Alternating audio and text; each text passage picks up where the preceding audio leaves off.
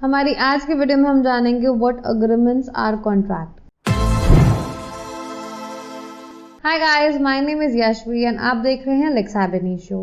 आज के डिस्कशन का टॉपिक है व्हाट अग्रीमेंट्स आर कॉन्ट्रैक्ट। एक बहुत ही फेमस येट इम्पॉर्टेंट प्रोवर्ब है, all contracts are agreements but all agreements are not contract. जितने भी कॉन्ट्रैक्ट्स होते हैं वो सब अग्रीमेंट्स होते हैं, बट सारे अग्रीमेंट्स कॉन्ट्रैक्ट नहीं होते हैं।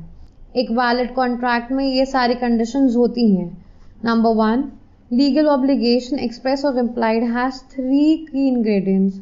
Number 1, seriousness of parties towards contractual arrangement. Parties impose an obligation to perform, allowing the interference of the court. If the parties commit a breach, then the court will ensure remedy in form of specific relief, compensation and injunction. एक contractual arrangement में contract करते वक्त जो parties होनी चाहिए वो serious होनी चाहिए कॉन्ट्रैक्ट के लिए। अगर पार्टीज डिफॉल्ट करती हैं या अपनी राइट्स एंड ड्यूटीज निगलेक्ट करती हैं तो दूसरी पार्टी उन पर ऑब्लिगेशन लगा सकती है, किस लिए? परफॉर्म करने के लिए। अगर ऑब्लिगेशंस लगाने के बाद भी पार्टीज ब्रीच करती हैं तो हम लोग कोर्ट में रिपोर्ट कर सकते हैं and court will ensure remedy in form of specific relief, compensation and injunction. हमारा सेकेंड पॉइंट है कम्युनिकेशन एंड क्लैरिटी। जो ऑफर होना चाहिए वो प्रॉपरली कम्युनिकेट होना चाहिए, जो कि स्पेसिफिक होना, जो कि क्लियर होना चाहिए, स्पेसिफिक होना चाहिए और वेग नहीं होना चाहिए। Acceptance must be communicated back to the offer. जब कोई भी चीज़ के लिए ऑफर किया जाता है तो जो उसका एक्सेप्टेंस होना चाहिए वो प्रपोजर को वापस कम्युनिकेट कर देना चाहिए। Acceptance must B unconditional, unqualified and absolute, otherwise it's a counter offer.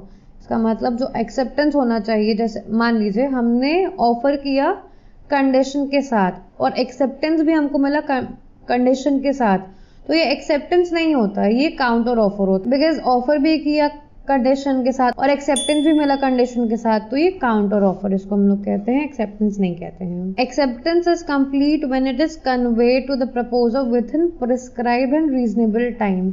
Acceptance को तभी कंप्लीट माना जाता है जब वो प्रपोजर को कन्वे कर दिया गया, मतलब प्रपोजर को बता दिया गया विद इन प्रिस्क्राइब्ड, मतलब अगर कोई टाइम बताया गया है तब तक में, नहीं तो एक रीजनेबल टाइम में। ये नहीं कि आज हमने ऑफर किया हम लोगों को 1 साल बाद उसका एक्सेप्टेंस मिल रहा, तो ऐसा नहीं होना चाहिए।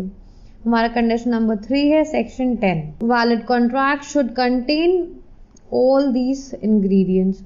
All parties should be competent to the contract. जितनी भी पार्टीज होनी चाहिए वो कॉन्ट्रैक्ट करने के लिए कम्पिटेंट होना चाहिए, सक्षम होनी चाहिए। कहाँ बताया गया हमको? ये हमको सेक्शन 11 एंड 12 में बताया गया है। Object and consideration must be lawful. जो हमारा ऑब्जेक्ट और कंसिडरेशन होना चाहिए वो लॉफुल होना चाहिए। अनलॉफुल चीज के लिए हम लोग कॉन्ट्रैक्ट नहीं करते हैं। जो कंसेंट होता है, जो कि जिसको हम सहमति भी बोलते हैं, वो किसी के इन्फ्लुएंस में नहीं होना चाहिए, वो खुद का होना चाहिए, फ्री होना चाहिए। Should not be expressly declared void bye. अब बाय तक तो बैरैक्ट में लिखा हुआ है, बट बाय के बाद क्या होगा? किसी भी वैलिड कॉन्ट्रैक्ट को वॉइड करना और किसी भी वॉइड कॉन्ट्रैक्ट को वैलिड करने की पावर सिर्फ 2 अथॉरिटी के पास है।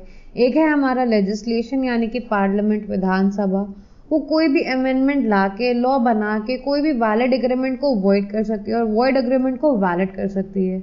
तो पहला तो हमारा लेजिस्लेशन हो गया और दूसरा है हमारा कॉम्पिटेंट कोर्ट, मतलब जुरिसडिक्शन पे डिपेंड करता है। तो हमारा पूरा सेंटेंस होना चाहिए should not be expressly declared void by the legislation and competent court। अभी हमने जाना कि वैलिड कॉन्ट्रैक्ट में क्या क्या चीज होनी चाहिए।